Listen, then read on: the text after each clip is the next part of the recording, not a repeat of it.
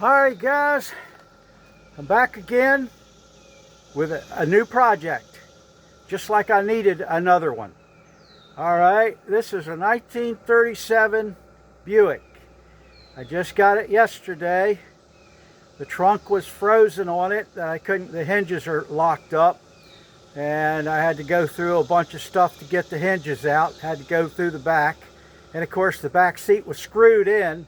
So you only got a gap about that much, and I used about an 8-foot extension and took the hinges loose. It was a treat. But let me give you a look-see.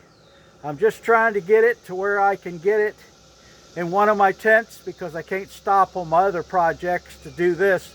But I at least got to get the trunk fixed, and I like to get it to where I can drive it in. So I'll just try to get the motor to limp, run good enough so I can get it in the tents and forget about it until I get a project done, so I don't jump around too much. But let me give you a look-see. All right, she's a 1937 Buick. It's been sitting forever. Looks good. I guess they had it in a barn or a shed or something. I got the doors tied open because I'm working in the back, and of course it needs glass front and rear. The glass is horrible. The engine turns, so I don't think I have any trouble there. Gas tank is crap.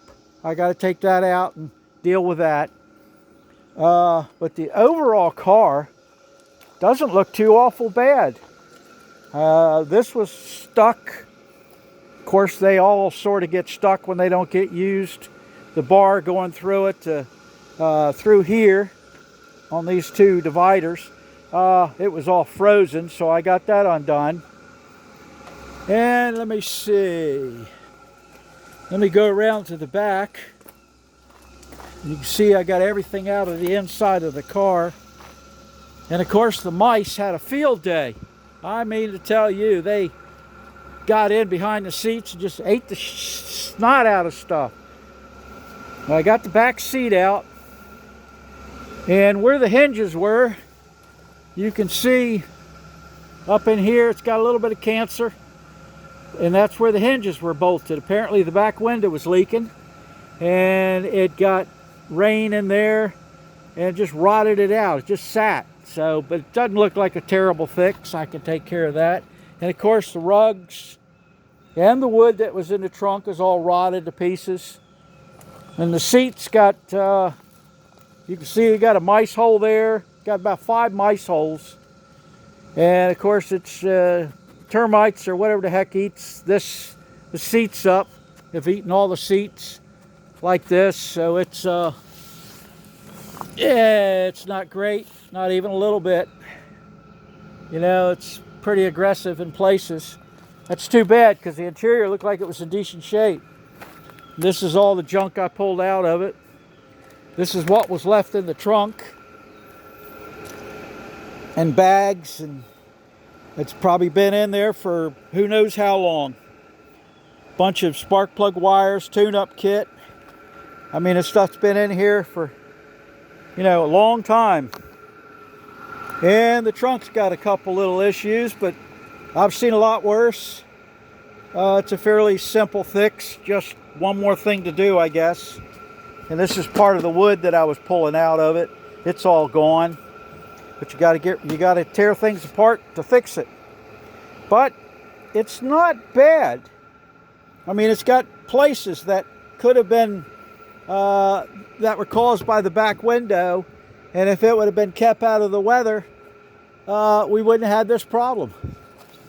But then again, I probably wouldn't have been able to get the car for what I got it for. So you know, it's catch-22. But it's not a bad looking car. Body's in good shape. There's no cancer anywhere on the body that I can see. So I'll basically just add it to the collection of questionable cars that I have. I got the hinges that were completely frozen up. They're soaking right now because of the amount of rust that's on them. They're soaking in some muriatic acid. And let me see if that'll clean them up enough that I can work with them. I'm hoping I don't have to make a hinge, but I won't know until I get them cleaned up a little bit. But you can see how bad the windows are. Luckily, this rubber is still soft, so I might be able to get the windows out and save the rubber. The front windows, I don't know. I don't even, and this, shit. It's got some kind of booger up here. I don't know what that is. That's somebody's fix. It looks like it might have had a problem up there. I'll probably have to replace the rubber. I didn't want to do that because friggin' rubber on these things is pretty pricey. I think this is right under $200, and the front windshield is a little over $300 for the rubber. Then you got the glass. So smokes. That's you know, frig. I'm gonna have more in glass than almost that I paid for the car. Oh, goodness gracious. Oh well. So it's just wanted to show you what's going on. The trunk is in good shape. A bunch of junk in it. That's the junk I took out. And that's about it. And I did get the 34 Chevrolet pulled inside all the way in the back, so I can get hot on that and I can work on the Mustang. So I thought I was going to have a hole right here, but apparently I didn't. So, all right, that's where we are. All right, guys. So until I get something else done here, we'll have to make another video. I'm a little slow on doing it right now. It's like 300 degrees and I give up at about 12 o'clock.